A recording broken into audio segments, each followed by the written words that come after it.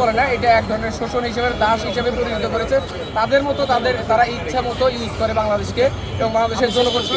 কোনো হত্যাকাণ্ড, কোনো গুমের ঘটনা, কোনো রাজধানীর ঘটনা, কোনো ডাকাতির ঘটনা, কোনো চুরির ঘটনা, প্রত্যেকটা ঘটনার কোনো বিচার হয় না। আজকে যদি অপরাধী ধরা পড়ে, পুলিশগুলো রাত্রে 12টা, 1টা, 2টার সময় তারা কষ্ট করে হয়তো আসামিকে ধরে নিয়ে যায়।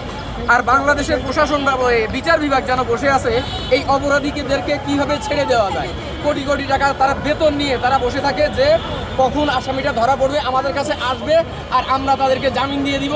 দেওয়ার পরে তারা গিয়ে আবার নতুন করে অপরাধ করবে, তারপরে আবার ধরা পড়বে, আবার জামিন দিয়ে দেবো। তাদেরকে বেতন দিয়েই রাখা হয়েছে যেন তারা অপরাধীদেরকে ছেড়ে দেবে এবং দ্বিতীয়, তৃতীয়, চতুর্থ, পঞ্চমবারের মতো যেন তারা বারবার অপরাধ করতেই থাকে, বাংলাদেশটাকে একটা অস্থিতিশীল পরিবেশ তৈরি করতে পারে।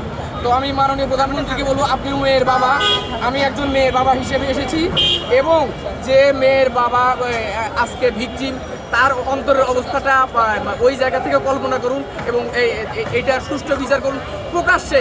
নট অনলি 1 মাস, 2 মাস, 3 মাস, 1 থেকে 2 দিনের মধ্যে এইসব হত্যাকাণ্ডের সর্বোচ্চ শাস্তি প্রকাশ্যে দেওয়া উচিত বলে আমি মনে করি। ধন্যবাদ।